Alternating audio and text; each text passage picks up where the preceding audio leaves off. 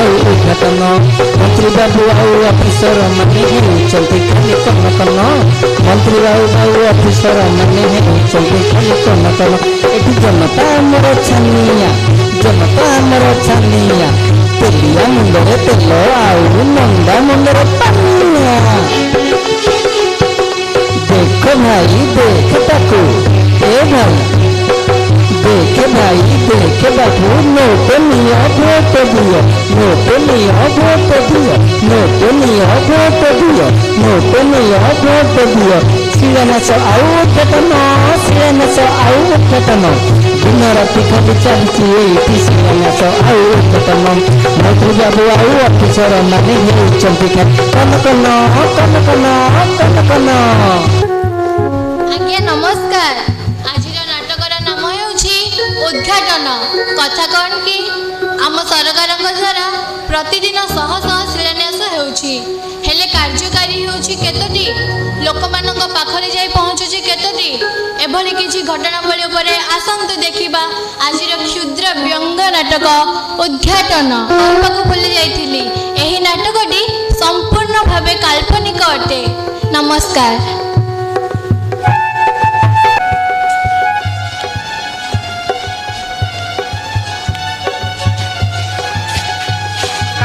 मंत्री office phone आसाला यही गांधी जयंती अवसर में गांधी स्टाच्यू उन्मोचन हम मंत्री खोद आसी गांधी स्टाच्यू उन्मोचन करेंगे। कौ गांधी स्टाच्यू कथा कहउछन सर? विक्रमपुर गांधी पार्क ता भीतर थिबा गांधी स्टाच्यू कथा कहूची। विक्रमपुर गाँ छक हाँ सर मन पड़ गला सर फाइल भी भाज गत वर्ष पर से काम सब सरी जाइए सर। हाँ सर मन पड़ला गत फेब्रुआरी मासरे परा ये कामटा ऑर्डर हो बिल पास हो कामटा सरी जाइए ना कौन कॉन्ट्रैक्टर बाबू? हाँ शुण कॉन्ट्रैक्टर बाबू आम हाथ आउ 5 दिन रहा तेणु कालठार से पार्कटा सफासफी काम आरंभ कर दियो। बहुत दिन है उद्घाटन होनी अनबन गच सह मैला जमी जाइए स्टाच्यू तेणु भल भाव सफा करदेव।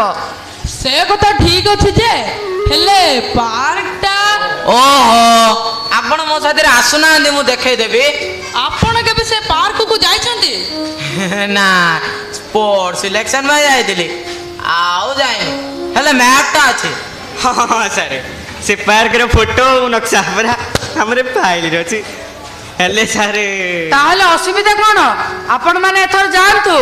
सर कथा कौन कि मोर जहाँ मन अच्छी गत 2021 सेप्टेम्बर बेलू आम कम आरंभ करूँ बोली भाविलु से बेलू तो बात्या आसीगला आपण निजे पूरा कम बंद करने कहते आमे भाविलु बात्या हम बात्यारे पार्कटा धोई हो गला बोली देखे दबो सर फाइलटा आम पाखे अच्छी आम से ऊपर को पठे हेले ऊपर फाइलटा पास होलानी सर बात्याटा आसला सर आसला से कटक पूरे रहीगला हमर आसलानी सारे। ओहो मत सब कौन जन?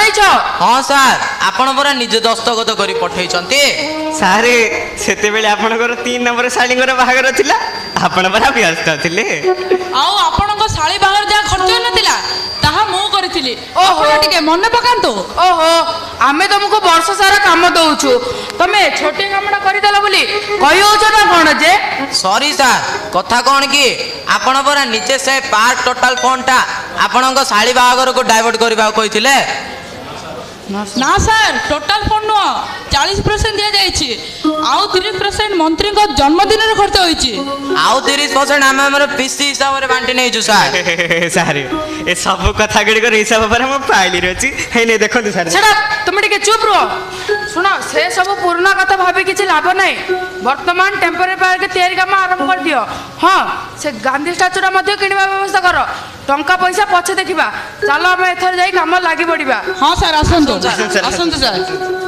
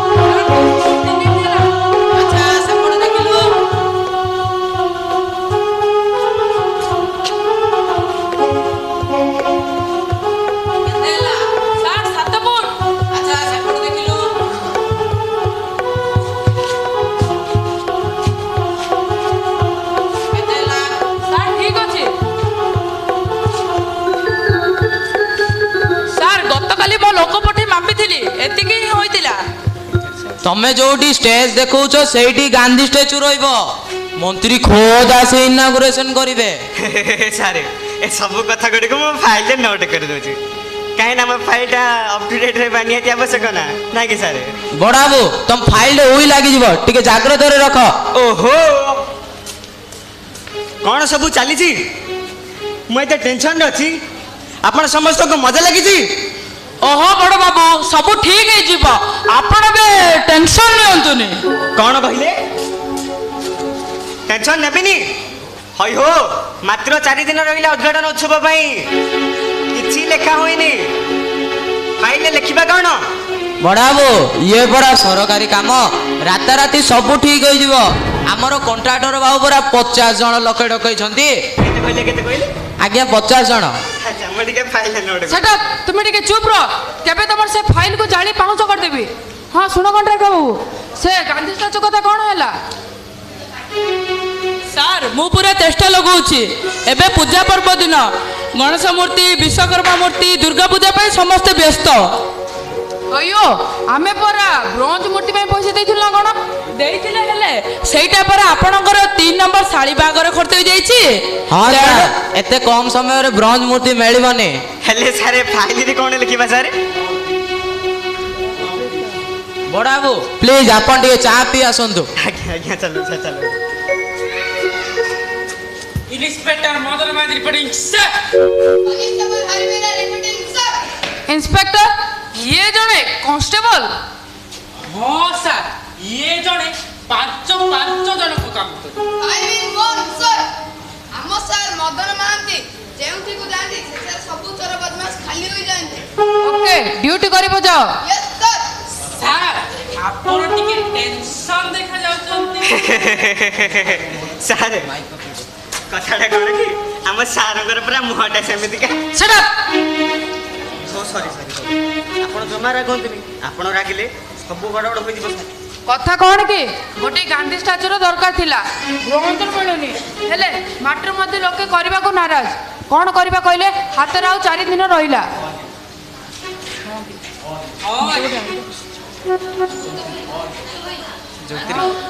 ହଁ ଆଜ୍ଞା ସବୁ ସେଟ୍ ହୋଇଗଲା, ଖାଲି ଗୋଟେ ଗାନ୍ଧୀ ଷ୍ଟାଚ୍ୟୁଟା ମିଳିଗଲେ ସବୁ କାମ ହେଇଯାଆନ୍ତା। ସାର୍ ମତେ ଗୋଟିଏ ଆଇଡିଆ ଆସୁଛି, କହିବି? ପ୍ଲିଜ ଶୀଘ୍ର କୁହନ୍ତୁ।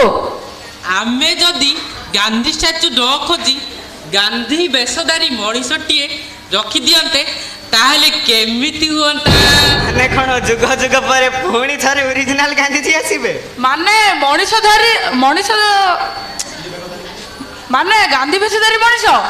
ହଁ ଆଜ୍ଞା, ଆପଣମାନେ ଦେଖୁଥିବେ ବିଭିନ୍ନ ଛକରେ ଗାନ୍ଧୀ ବେଶ ପଡ଼ି ମାନେ କିଛି କଳାକାର ଷ୍ଟାଚ୍ୟୁ ବୋଲି ଠିଆ ହୁଅନ୍ତି। ଆମେମାନେ ତାଙ୍କ ମଧ୍ୟରୁ ଜଣକୁ ଆଣିଦେବା, ବାସ୍ ଗୋଟିଏ ଦିନର କଥା।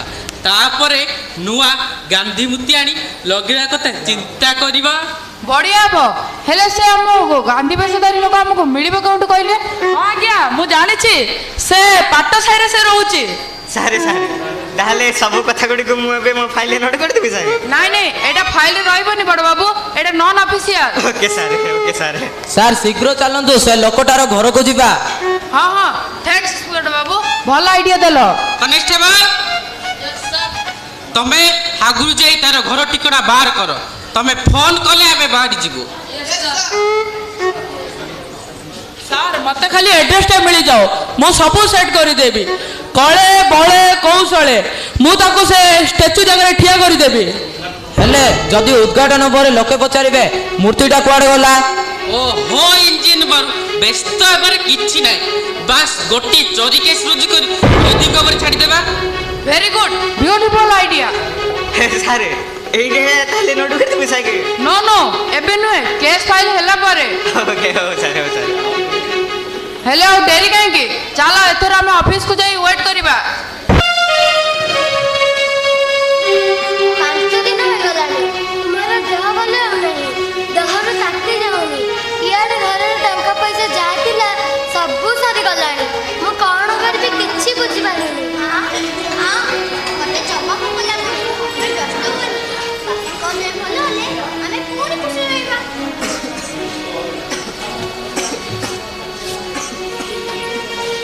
तुम जमा व्यस्त हुओनी आमर किसी असुविधा हेनी आम परा जगतर नाथ जगन्नाथ अच्छा आउ मोर प्रियर नेता अहिंसार गुरु बापू अच्छा ଶୁଣ ମୁଁ ଆଜି ବାବୁଙ୍କ ଘରକୁ କାମ କରିବାକୁ ଗଲେ କିଛି ଟଙ୍କା ଉଧାର କରି ମାଗିବି ତୁମ ଦେହ ଭଲ ହେଲା ପରେ ଆମେ ପୁଣି ଫେରାଇ ଦେବା ହେଲେ ସେ ଦେବେ ସେ ଯଦି ନ ଦେବେ ହେଲେ ଲାଜ ଲାଗିବ ବୁଝିଲେ ଅନୁରାଧା ମଣିଷର ସ୍ୱାଭିମାନ ହେଉଛି ସବୁଠାରୁ ବଡ଼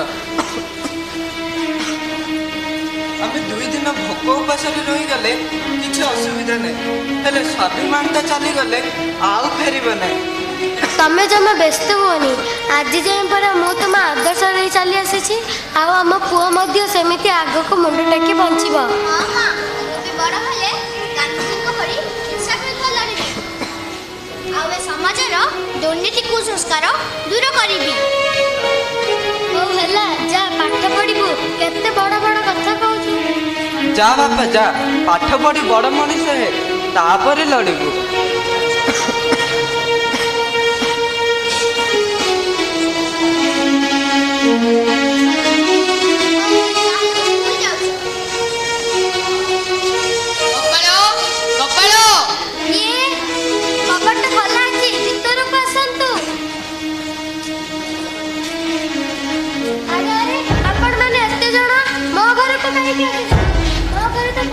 ଜାଗା ନାହିଁ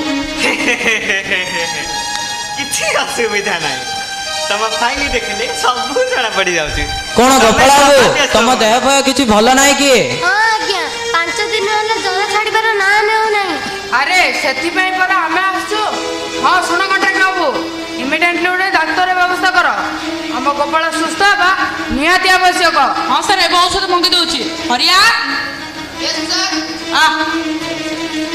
ଆଉ ଗୋପାଳ ପାଇଁ 4ଟି ପାରାସିଟାମଲ ମେଡିସିନ ଆଣିଦେ ଯା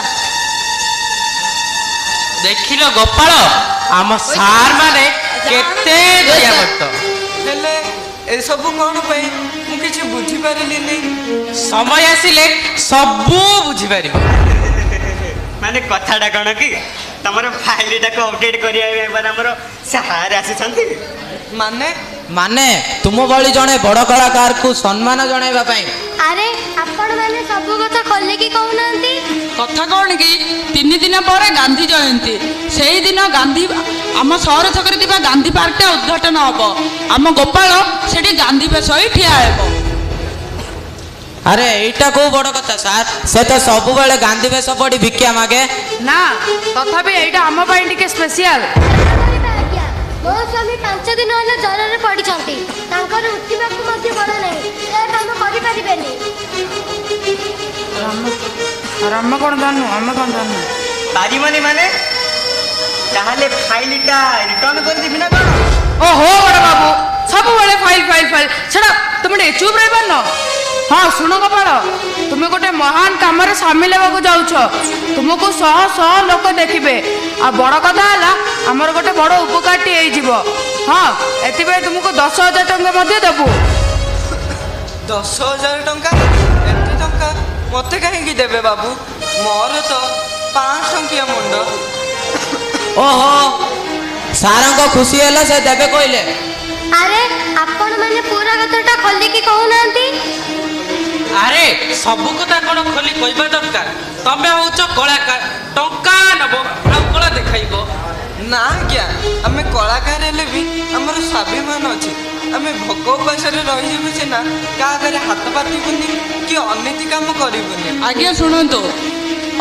କଥା କ'ଣ କି ଅକ୍ଟୋବର 2 ତାରିଖ ଦିନ ଗାନ୍ଧୀ ଜୟନ୍ତୀ ସେଇଦିନ ଆମ ସହର ଛକରେ ଗାନ୍ଧୀ ପାର୍କଟିଏ ହେଉଛି ସେଠି ଗାନ୍ଧୀ ଷ୍ଟାଚ୍ୟୁଟି ଲାଗିବାର ଥିଲା କିନ୍ତୁ କଲିକତାରୁ ସେ ଗାନ୍ଧୀ ଷ୍ଟାଚ୍ୟୁଟି ଆସିଲା ବେଳକୁ ଗାଡ଼ିଟା ଦୁର୍ଘଟଣା ହୋଇଗଲା ଆଉ ଆସିପାରିବ ନାହିଁ ଇଆଡ଼େ ମନ୍ତ୍ରୀ ଆସିବ ଉଦ୍ଘାଟନ କରିବା ପାଇଁ ହେଲେ ଫାଇଲରେ ଷ୍ଟାଚ୍ୟୁଟା ନାହିଁ ତେଣୁ ତୁମକୁ ଗାନ୍ଧୀ ବେଶ ହୋଇ ଷ୍ଟାଚ୍ୟୁ ଜାଗାରେ ଠିଆ ହେବାକୁ ପଡ଼ିବ ମନ୍ତ୍ରୀ ଆସିବେ ତୁମକୁ ଉଦ୍ଘାଟନ କରି ଫୁଲମାଳ ଦେଇ ମୁଣ୍ଡିଆ ମାରିବେ ପଦେ ବିପଦ କହି ଚାଲିଯିବେ ତାପରେ ତୁମେ ତୁମ ଘରକୁ ଆସି ପୁରା ଗୋଟିଏ ମାସ ରେଷ୍ଟ ନେବ ଫାଇଲଟା ଟଙ୍କାରେ ପୁରା ଭର୍ତ୍ତି ହୁଏ ହେଲେ ଆଜ୍ଞା ଏଥର ହେଲା ତ ତାହେଲେ ତୁମେ ରେଡିଓ ଗାନ୍ଧୀ ଜୟନ୍ତୀ ପାଇଁ ନା ଆଜ୍ଞା ଆମେ ଏମିତି ଭୁଲ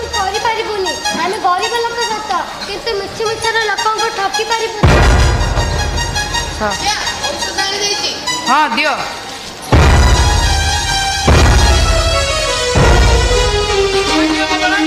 ଔଷଧ ନିଅ। ରୁଟି ଦି ପଟ ଖାଇଦେଇ ଔଷଧ ଖାଇଦେବ। ତୁମ ଦେହ ପୁରା ସୁସ୍ଥ ହେଇଯିବ। ହଁ ଆଜ୍ଞା।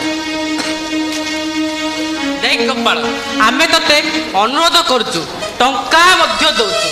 ଆଉ ଯଦି ଏଥିରେ ବି ତୁମେ ଯିବାକୁ ରାଜି ନୁହଁ, ଆମକୁ ଅନ୍ୟ ଉପାୟ କରିବାକୁ ପଡ଼ିବ। କାହିଁକି ନା ତୁମେ ତ ଜାଣ ଆଇନ କାନୁନ ଶାସନ ଭାର ସବୁ କିଛି ଆପଣ କଣ ଧମକ ଦେଉଛନ୍ତି? ନା ମା ନା, ଆମ ସାର୍ ବହୁତ କଡ଼ମା। ତାଙ୍କ କଥା ମାନିଯାଅ, ନହେଲେ ବହୁତ ଝାମେଲା। ମାନେ ଫାଇଲରେ ସମ୍ପୂର୍ଣ୍ଣ ରୂପେ ମୁଣ୍ଡଛେଦା ପଡ଼ିଯିବ। ଦେଖ ମା, ଆମେ ତମକୁ 20,000 ଟଙ୍କା ଦେବୁ। ତମେ ଆମ କଥା ରାଜି ହୋଇଯାଅ। ଦେଖନ୍ତୁ, ଆଜିର ଦୁନିଆ ହେଉଛି ଟଙ୍କାର ଦୁନିଆ। ଟଙ୍କା ନାହିଁ ତ କିଛି ନାହିଁ। ଟଙ୍କା ପାଇଁ ଭାଇ ଭାଇକୁ ବି ମର୍ଡର କରିଦେଉଛି। ଟଙ୍କା ନଥିଲେ ଚିହ୍ନି ବି ପାରୁନି। ବାପା ପୁଅକୁ ଚିହ୍ନି ପାରୁନି, ପୁଅ ବାପାକୁ ବି ଚିହ୍ନି ପାରୁନି। 20,000 ଟଙ୍କା ସାମାନ୍ୟ ନୁହେଁ। ଆମକୁ ବି ଗୋଟିଏ ଦିନରେ 20,000 ଟଙ୍କା ମିଳୁନି। ହେଲେ ଏଥର ହେଲା ତ, ଚିନ୍ତା କର, ଆମ କଥାରେ ରାଜି ହୋଇଯାଅ। ହଁ ଆଜ୍ଞା, ମୁଁ ରାଜି। ଯେତେ କଷ୍ଟ ହେଲେ ବି ମୁଁ ଏ କାମଟା କରିବି। ତୁମେ ଏମିତି କଣ କହୁଛ? ରାଧା, ଜୀବନରେ ଟଙ୍କା ହେଉଛି ସବୁଠାରୁ ବଡ଼। ଆଉ କେତେ ଦିନ ଆମେ ଏମିତି ଭୋକ ଉପାସରେ ଦିନ କାଟିବା? ତେଣୁ ତୁମେ ମନା କରନି, ମୋତେ ଏ କାମଟା କରିବାକୁ ଦିଅ। ହେଲେ ତୁମେ ଅସୁସ୍ଥ। ଓହୋ, ମୋର କିଛି ହବନି। ବାବୁମାନେ ପରା ଔଷଧ ନେଇ ଆସିଛନ୍ତି, ସବୁ ଠିକ୍ ହୋଇଯିବ। ବାଃ, ଧନ୍ୟ ଗୋପାଳ, ଧନ୍ୟ। ତୁମର ଏହି ତ୍ୟାଗକୁ ଆମେ ଆମର ଅଫିସ ଫାଇଲରେ ସବୁଦିନ ପାଇଁ ଲିପିବଦ୍ଧ କରି ରଖିଦେବୁ। ହେଲେ ଏଥର ଗାନ୍ଧୀ ଜୟନ୍ତୀ ପାଇଁ ପ୍ରସ୍ତୁତ ହୁଅ। ହଁ ଶୁଣ କଣ୍ଟ୍ରାକ୍ଟର ବାବୁ, ୟାଙ୍କୁ ଆଡଭାନ୍ସ 10,000 ଟଙ୍କା ଦେଇଦିଅ। ଏଇ ନିଅ ଗୋପାଳ 10,000 ଟଙ୍କା। କାମ ସରିଲେ ଆଉ ବଳକା 10,000 ଟଙ୍କା ନେବ। ହଁ ଶୁଣ ବଳ ବାବୁ, ୟାଙ୍କର ଦେଖା ଚାହା କରୁଥିବ। ପ୍ରତିଦିନ ଆସି ପୂଜାପୂଜି କରୁଥିବ। ତାଙ୍କର କ'ଣ ଦରକାର ପଡ଼ିଲେ ସବୁ ଆସି ମୋତେ କହୁଥିବ। ଆଜ୍ଞା ସାର୍, ଆଜ୍ଞା ଆଜ୍ଞା। କନେଷ୍ଟବଳ, କନେଷ୍ଟବଳ, ୟାଙ୍କ ପ୍ରତି ନଜର ରଖିଥିବ, ଯେମିତି କୌଣସି ଅସୁବିଧା ନ ହୁଏ। ଆମେ ତାହେଲେ ଆସୁଛୁ। ଆମର ସିଆଡ଼େ ଅନେକ କାମ। ଆମେ ଆସୁଛୁ ଗୋପାଳ, ଆସୁଛୁ। ଆସନ୍ତୁ ସାର୍, ଆସନ୍ତୁ ଆସନ୍ତୁ।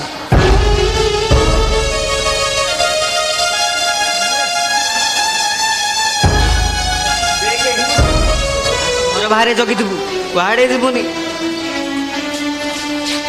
ସାର୍ ଯାହା କହିଲେ ତାହା ବୁଝିପାରିଲ ତ? ମୁଁ ଜାଣିଛି ରାଧା, ତୁମେ ମୋ ଉପରେ ରାଗିଥିବ। ହେଲେ କ'ଣ କରିବା? ମୁଁ ଯଦି ମନା କରିଦେଇଥାନ୍ତି, ସେମାନେ ଆମକୁ ବହୁତ କଷ୍ଟ ଦେଇଥାନ୍ତେ। ସେମାନେ ପରା ବଡ଼ ବଡ଼ିଆ ଲୋକ।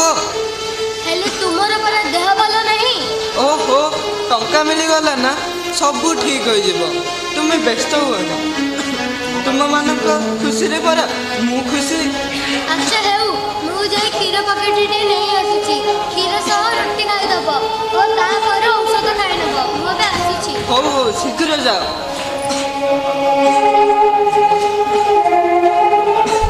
ମୁଁ ଗରିବ, ମୋତେ ସେ ଭଗବାନ ହିଁ ସାହା।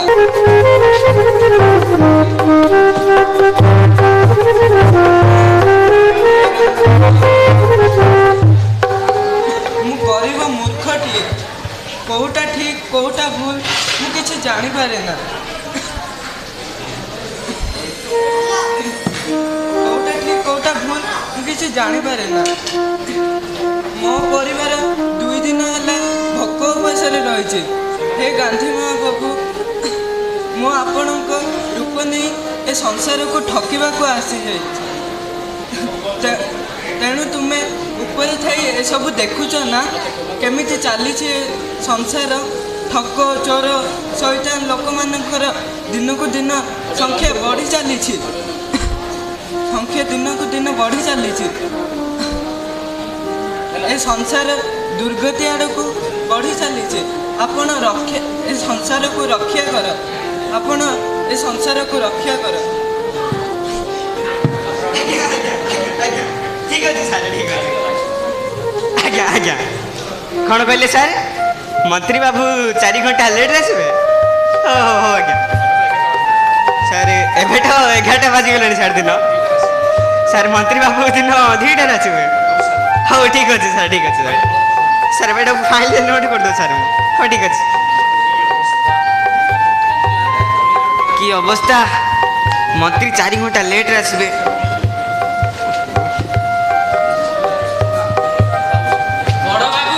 ବଡ଼ ବାବୁ ଶୁଣ ବଡ଼ ବାବୁ, ସେ ଗୋପାଳଟା ନ ଖାଇ ନ ପିଇ ରାତି 2ଟାରୁ ସେଠି ଠିଆ ହେଇ ନିଅ, ତାକୁ ଏ ଓଆର୍ଏସ୍ଟା ଦେଇଦେବ, ନହେଲେ ଗୋପାଳଟା ଗଳି ପଡ଼ିବ।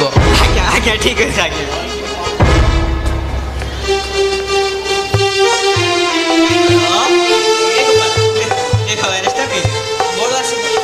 ମୁଁ 24 ଘଣ୍ଟା ଛିଡ଼ା ହେଇପାରିବି, ହେଲେ କ'ଣ କରିବା, ଦେହଟା ପରା ଭଲ ନାହିଁ।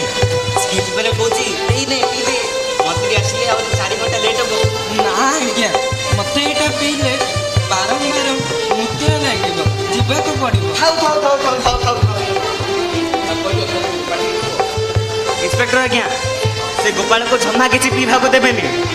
ଲୋକମାନେ ଗହଳି ହୋଇଗଲେଣି, ଆଉ ସେଠିକି ଯିବା ଉଚିତ ହେଲେ ହେବନି।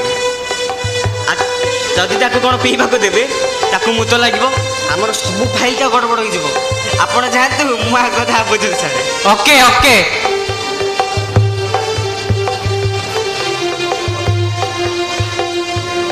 କ'ଣ କଣ୍ଟ୍ରାକ୍ଟର ବାବୁ ସବୁ ଠିକ୍ ଅଛି ତ? ମାନେ ଫୁଲ, ଦୀପ, ନଡ଼ିଆ, କଦଳୀ, ଗାମୁଛା ସବୁ ଠିକ୍ ଅଛି ତ? ହଁ ସାର୍, ସବୁ ସେ ଟ୍ରେରେ ଥୁଆ ହେଇଛି, ଖାଲି ମନ୍ତ୍ରୀଙ୍କ ଅପେକ୍ଷା। ସାର୍ ଦିନ 1 ବାଜିଲାଣି ସାର୍, ମନ୍ତ୍ରୀ ବାବୁ କେତେବେଳେ ଆସିବେ ସାର୍? ଇଆଡ଼େ ଭୋକ ଜୋର ହେଲାଣି ସାର୍। ବଡ଼ ବାବୁ ତମେ ଜାଣିନ ଏଇଟା ସରକାରିଆ କାମ, ଭୋକ ସହିତ ସବୁ ଘର ରଖି ଆସିବାକୁ ପଡ଼ିବ ବୋଲି। ସାର୍ ଠିକ୍ କଥା ଯେ ସାର୍, ଭୋକ ପାଇଲା ପରେ ମୁଁ ସାଥିରେ ନେଇ ଚାଲିକି ଆସିଛି। ଓହୋ ବଡ଼ ବାବୁ, ଏଇ ନିଅ 200 ଟଙ୍କା, କିଛି ଖାଇକି ଆସ। ନାଇଁ ସାର୍, ଆଉ ଦରକାର ନାହିଁ ସାର୍, ଏଇଟା ଗୋଟେ ଥର ହାତକୁ ବାଜିଗଲା, ତାପରେ ଆଉ କିଛି ଭୋକ ଶୋଷ ହବନି ସାର୍। ମନ୍ତ୍ରୀ ଆସିଲେ, ତମାନେ କଥାବାର୍ତ୍ତା କ'ଣ ହଉଛି? ମନ୍ତ୍ରୀ ଆସିଲେ।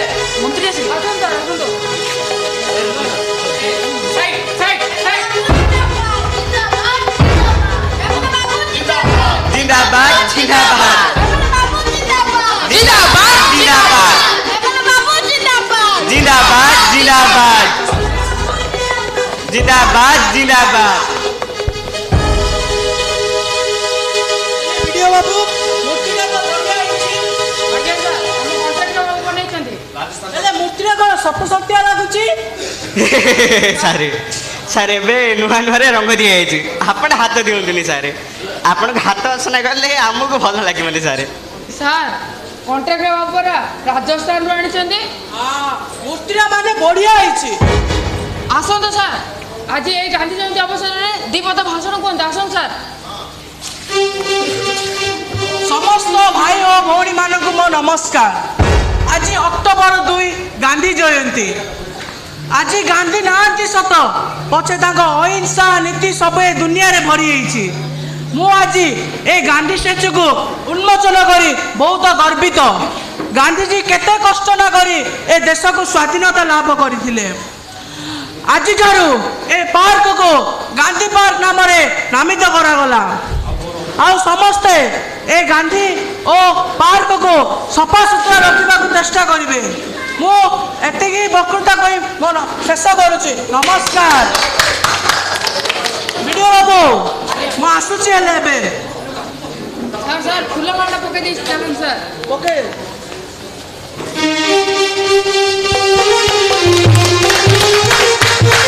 ଭିଡିଓ ବାବୁ, ମୋର ଟାଇମ୍ ହେଲାନି, ମୋର ଆଉ ଗୋଟେ ମିଟିଂ ଅଛି, ମୁଁ ଆସୁଛି। ଆଜ୍ଞା ସାର୍।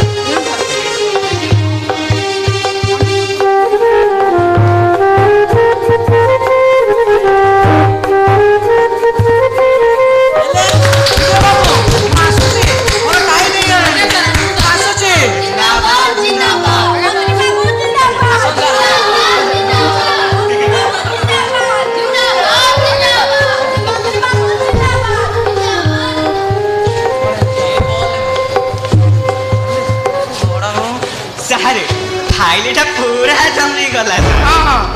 कंग्राचुलेशन सर। सर कंग्राचुलेशन। आयु सर, फंक्शनटा पूरा सक्सेस हो गया। हाँ हाँ, तुम मानक भी कंग्राचुलेशन। बुझिल, ମନ୍ତ୍ରୀ ବାବୁ ପୁରା ଖୁସି। ସତେ ନା କଣ ସାର୍? ଆଉ ଆମକୁ କହିଲେ ଗୋଟେ ବଡ଼ ପ୍ରୋଜେକ୍ଟ ଦେବେ। ସାର୍ ଆପଣଙ୍କର ଜୟ ହଉ। ହଁ ଚାଲନ୍ତୁ ସମସ୍ତେ ନାଚ କରିବା, ଡେରି କାହିଁକି? ହଁ ଚାଲ ଚାଲ। ବାବୁ ଏ ରୁହ ସାଇଲେଣ୍ଟ। ହଁ କଣ ହେଲା? କାଲି ରାତିରୁ ଆଜି ରାତି ହୋଇଗଲାଣି, ସ୍ୱାମୀଟା କିଛି ଖାଇନି। କଣ ଯେ ତାକୁ ଲାଗୁଥିବ? ଏଥର ମୁଁ ତାକୁ ଘରକୁ ନେଇଯିବି। ହଁ ନିଶ୍ଚୟ ନେଇଯାଆନ୍ତୁ।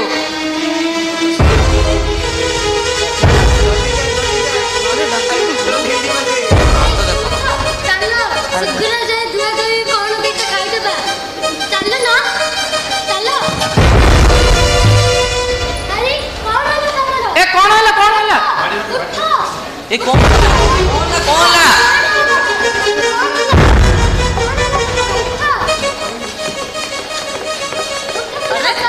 ସାର୍ ଲାଗୁଛି ଗୋପାଳର ଫାଇଲଟା କ୍ଲୋଜ ହେଇଗଲା ସାର୍। ଧୀରେ କୁହ।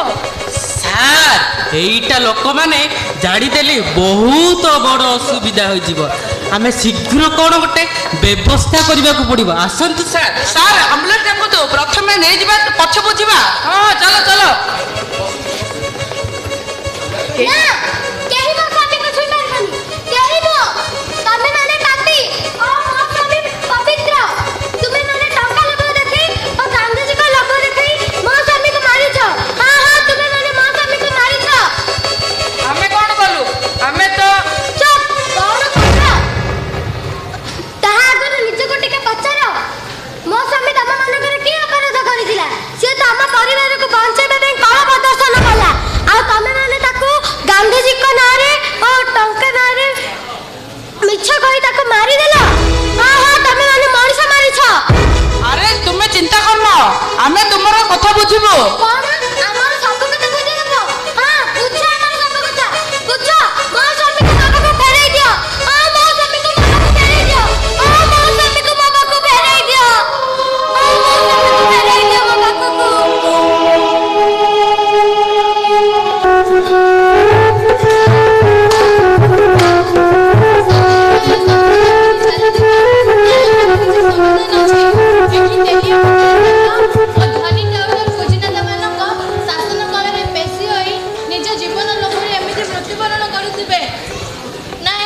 ସମାଧାନ ଅଛି।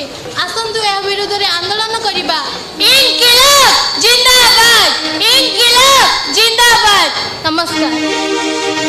वैष्णव जन तो तेने